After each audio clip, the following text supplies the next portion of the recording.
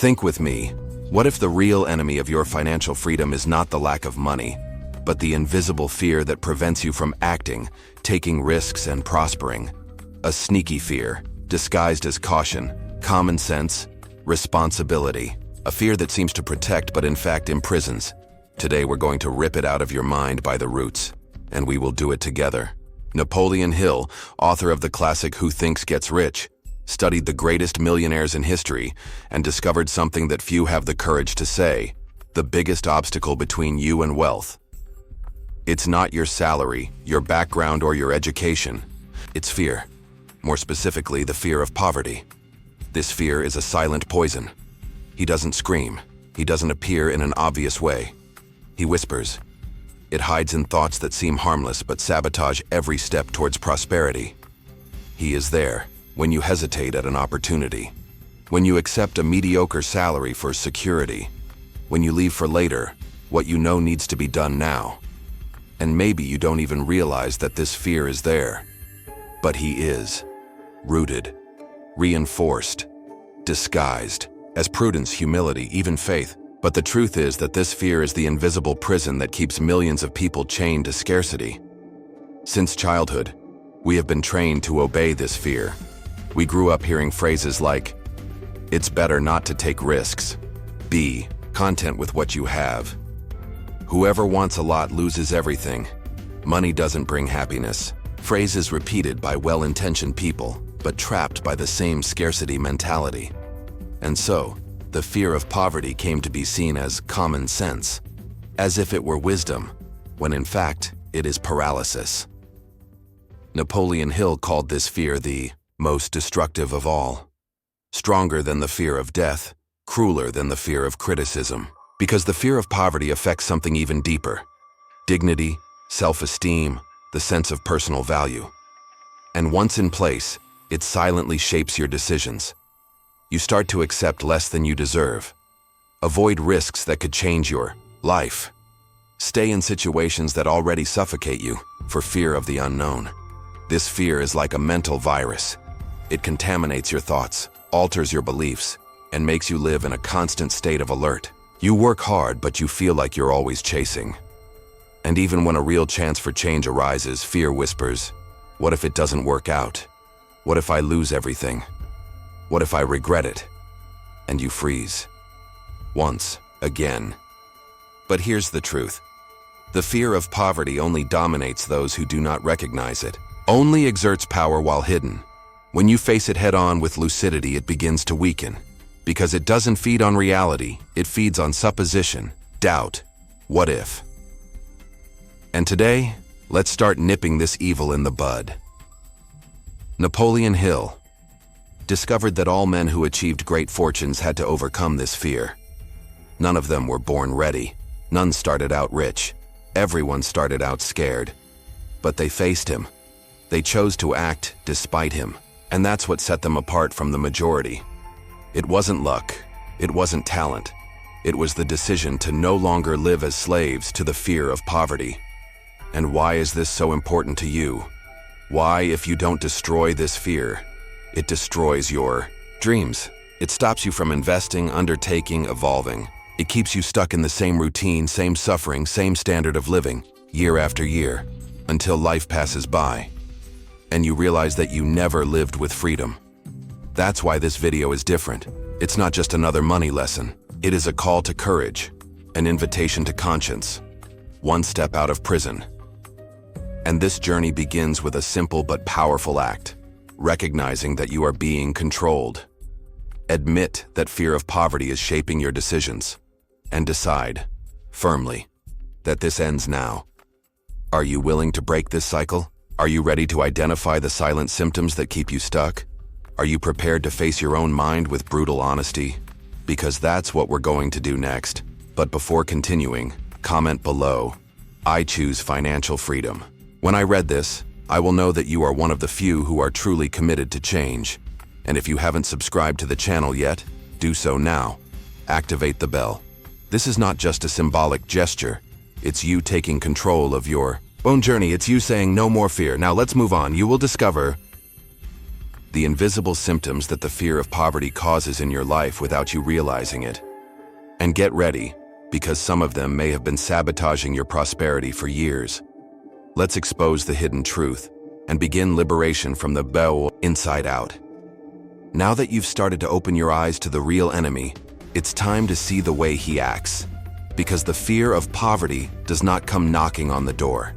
It infiltrates. He disguises himself. He wears masks of prudence, common sense, and even humility. And so it installs itself without resistance. And the longer it stays, the deeper it takes root. Napoleon Hill said that the fear of poverty rarely presents itself as overt panic. It acts like a silent fog, distorting your perceptions, obscuring your possibilities. You start to think it's normal to live in a pinch, that it is wise not to take risks, that it is realistic to keep your feet on the ground and accept mediocrity. But this is all fear in action. One of the first symptoms of this fear is the disguised procrastination. You postpone plans, postpone decisions, delay projects, always with plausible excuses. It's not the right time, I need to prepare better, I'm not ready yet. But the truth is simple. You are afraid of failing, fear of losing, fear of looking ridiculous. And fear, not to be confronted, convinces you to stay still. Another symptom is the risk aversion. You avoid anything that involves uncertainty, even if the reward is high. Prefer a small, predictable salary to the possibility of larger earnings with more autonomy. Refuses investments, ignores opportunities, avoids entrepreneurship. All in the name of security. But deep down, it is the prison of fear that is making your decisions. A distorted self-image. It's another brutal symptom. The fear of poverty makes you feel inferior to those who have more. You begin to shrink, to hide, to doubt your own worth. Instead of admiring the success of others as inspiration, you feel uncomfortable, envious, or even disguised contempt, as if someone winning was a threat to you. But other people's success only bothers you when you haven't yet recognized your own power. Another symptom? Distrust of everything and everyone. You hear a new idea and you think, that doesn't work. It must be a scam. It's not for me. This defensive mentality is not born of wisdom. It is born from the fear of opening up, of trying, of making mistakes. And fear once again protects you from growth, offering you the illusion of security. Fear of poverty also sabotages your emotional and physical health. You live tense, anxious, with headaches, insomnia, chronic tiredness, and you think it's stress from work, from everyday life. But it's the anguish of knowing that your life is stuck and that something needs to change, but you don't know how, or you're afraid to try. The body feels the weight of the mind. He reacts to the financial hardship even before the account goes into the red. And one more perverse symptom, the unconscious belief that you don't deserve wealth. This is one of the most dangerous. Because you even dream, you even desire, but deep down you feel like you're not worthy. Who doesn't have what it takes? That he wasn't born for this. This happens when we grow up hearing phrases like, rich people don't get into heaven. Money is dirty. Those who want a lot lose everything. And then your mind sabotages you to protect those beliefs. You want to earn more, but you spend everything. You want to grow, but you sabotage yourself when it comes to action. You want to change, but you always find a reason to stay where you are. And the most shocking thing?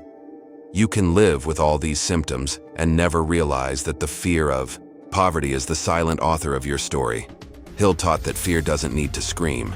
He just needs to whisper enough doubts for you to comply. And you obey. When you give up on your dreams because you think they are too big. When you are content with little because you believe it is the most you can have.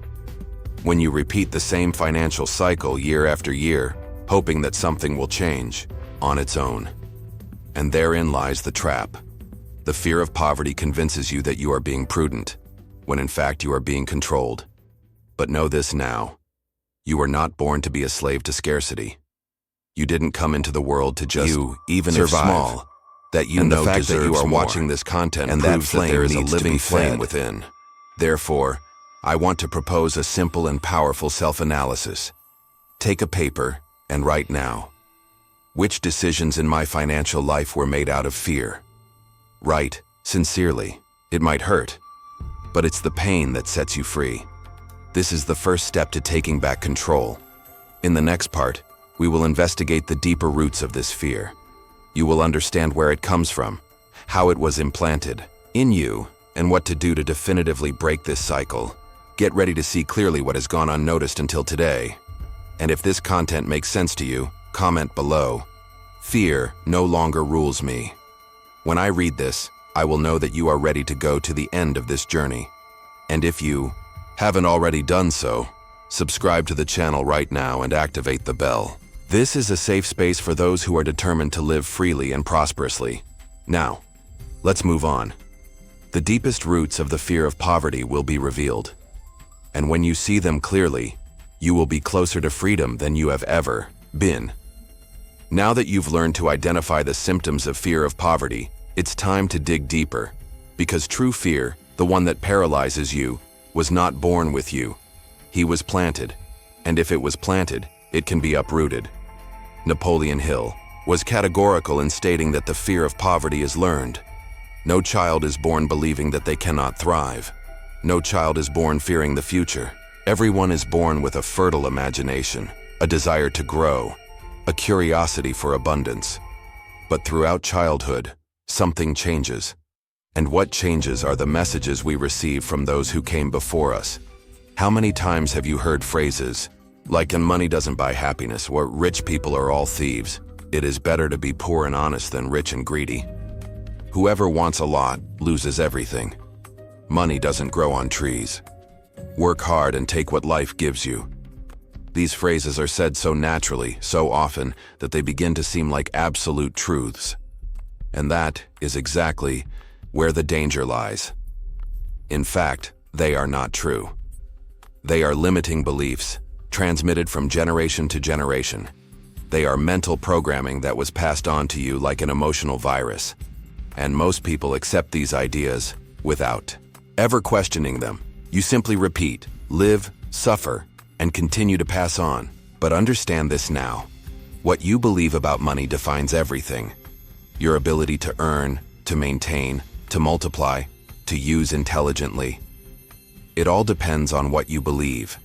And if your beliefs have been shaped by fear, guilt, or scarcity, the inevitable result will be financial limitation.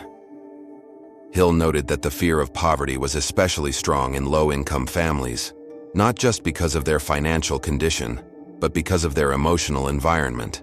Scarcity was accompanied by tension, fights, anguish, and most importantly, resignation.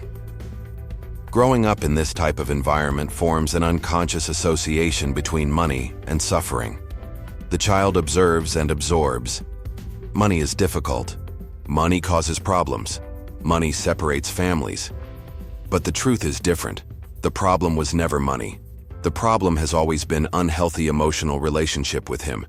And if that relationship was built on a foundation of fear, shame, or anger, then yes, your financial life will be a reflection of that internal chaos. In addition to family, another major influencer of these beliefs is school. From a young age, we are taught to study to get a good job, getting good grades to please teachers, following rules without question.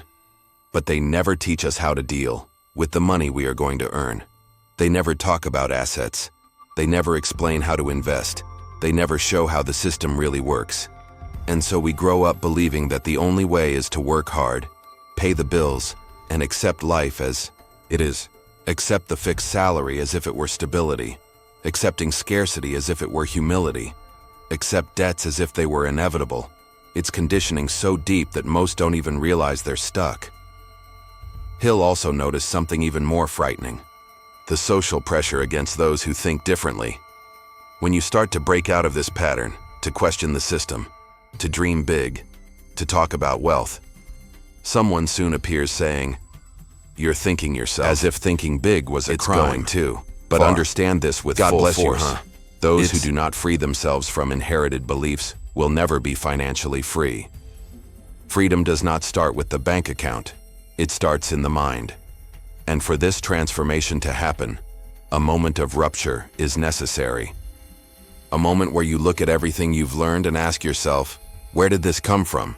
And does it still serve me? You need to do this now. Ask yourself, what phrases about money did you hear as a child? What ideas about wealth are ingrained in you? Who are the voices that still echo inside your mind? Are these voices helping you or limiting you? This investigation is deep, often painful, because you may discover that your parents who loved you so much also unintentionally limited you. What well-meaning teachers taught you fear.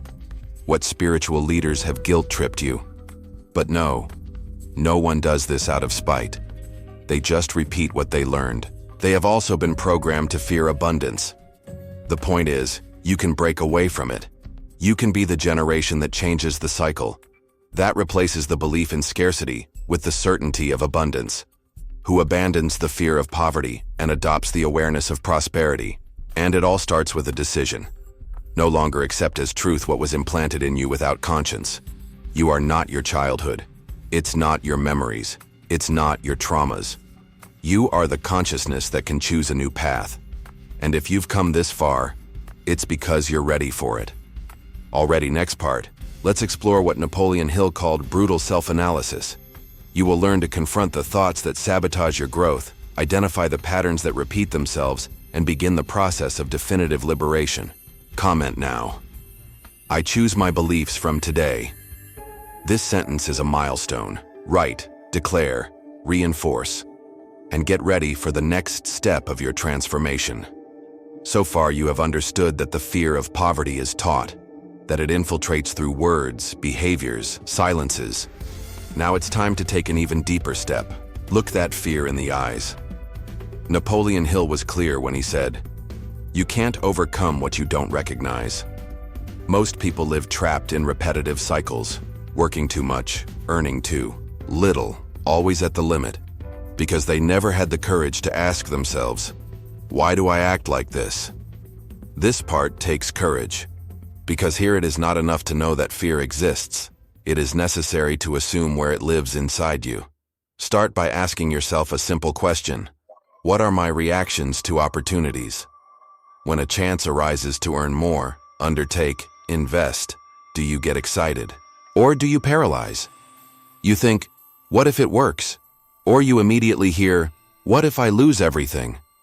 These questions reveal more than they seem. They show whether you are guiding your life, or whether you are being guided by an invisible enemy. The fear of poverty does not come screaming. He whispers. It disguises itself as prudence. He wears the cloak of logic. He says things like, now is not the right time. Better wait a little longer. This seems too good to be true. I'm not the lucky type. I need security. But behind every rational sentence, there is a hidden emotional impulse, a trauma, a doubt, an echo of some no you heard in the past. Hill taught that the human mind is a master of create elegant excuses to disguise fear. And these excuses over time became true, lying truths that sustain entire lives of limitation. Therefore, he proposed the practice of brutal self-analysis, a daily, honest, direct process where you interrogate yourself like an investigator who wants to solve an old case. In what areas of my life does fear have a voice? When have I missed something for fear of taking a risk? What decisions did I make to avoid pain, but which also prevented growth? What's the worst thing that can happen if I try and fail? Isn't the price of stagnation greater than that of trying? These questions are uncomfortable. They touch old wounds.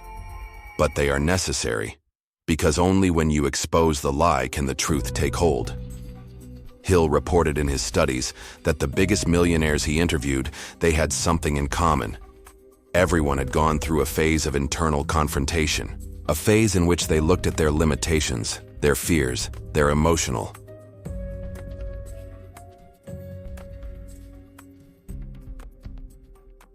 addictions, and chose to replace them with new beliefs, for new identities. They were not superhumans. They had no more luck.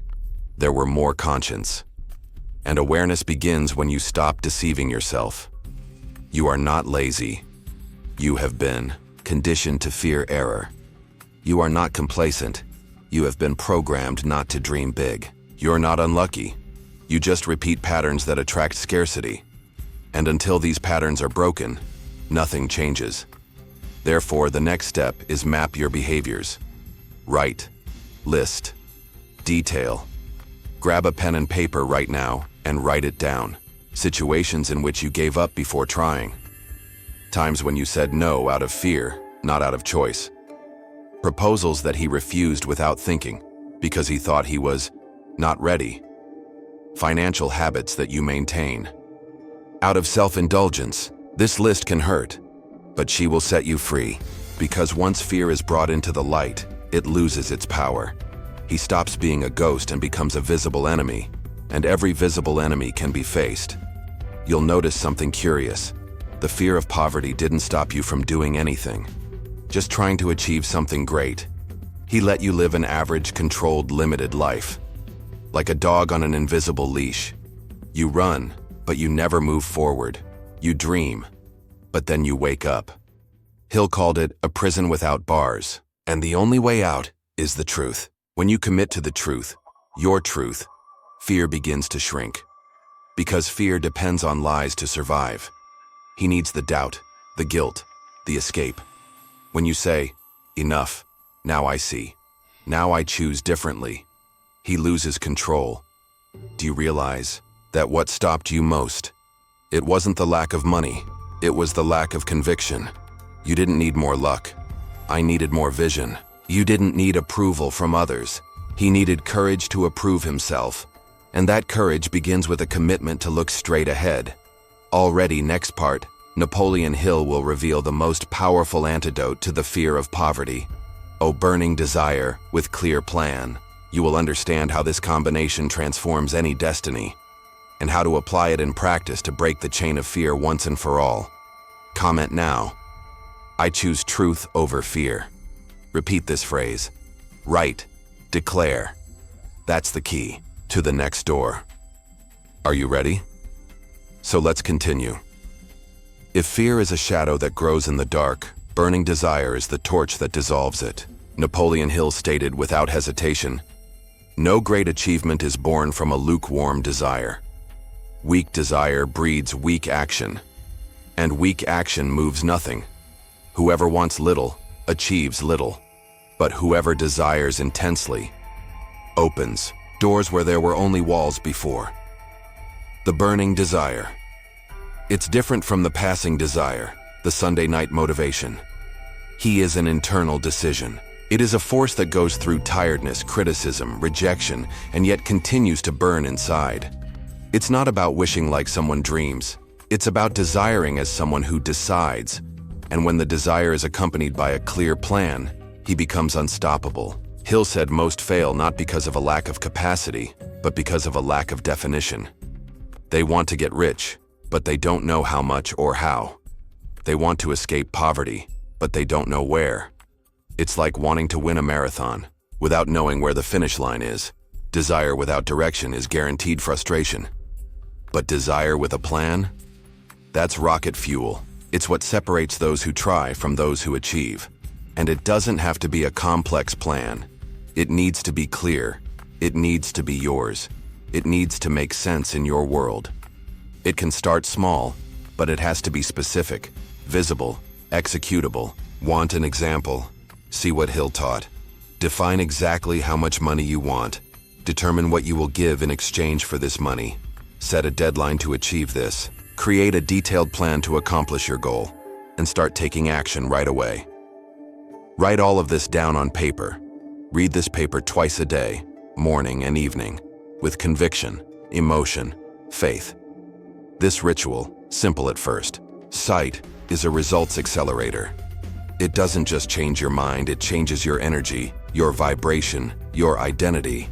You begin to behave like someone who is in control, as someone who you have already overcome your fear. But be careful. Burning desire is not just wanting, and want it so much that you agree to pay the price. And here's the secret. One wants to tell you, the price of success is always paid in advance. You plant before you harvest, you act before you get results, you trust before you see. Does this scare you? Yes, but it also frees, because it shows that the power has always been with you. Most expect perfect conditions, expect motivation, expect support, wait for a signal. But who really wins? Don't wait, decide. And every true decision creates a new reality. Hill says that all the successful men he studied, and there were more than 500, they had this trait in common. They knew what they wanted, and they were willing to do whatever it took to get there. Some came from extreme poverty. Others were rejected, mocked, ignored, but none of them gave up, because burning desire creates an emotional shield. You may fall, but you don't give up. You may be discredited, but carry on. You can take your time, but don't deviate. This is the power of desire with a clear plan. He transforms fuel obstacle. And if you don't feel that fire yet, maybe you're allowing yourself to dream too small. Maybe you're still accepting less than you deserve. Maybe you're afraid of wanting hard and not getting it. But what hurts more? Try and take time, or never try and live with eternal doubt. You need to ask yourself now, what do I really want? How much exactly? Until when? What am I willing to do, give, study, risk, try, and then write? Not on cell phones, on paper, with your own hand. Turn this idea into a commitment, and commit to your vision, not your excuses. This is the beginning of liberation. It's not magic, it's discipline, it's clarity, it's alignment. When you have a true desire, there is no time for distraction. You wake up different. It's different. Speak differently, because your energy is pointing in one place, fulfillment.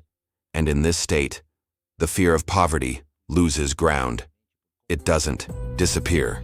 It just can no longer command. From here, you don't have to wait to feel ready, because burning desire pushes you even when fear pulls. And if you commit to this plan every day, if you repeat your goals with faith, if you act with conviction, poverty will become just a reminder of who you once were, not another sentence. Let's explore how to reprogram your mind with conscious repetition, the silent but powerful tool that Napoleon Hill called transformation hammer. Get ready to build new beliefs with solid foundations. If you are ready, say out loud, "My desire is stronger than my fear."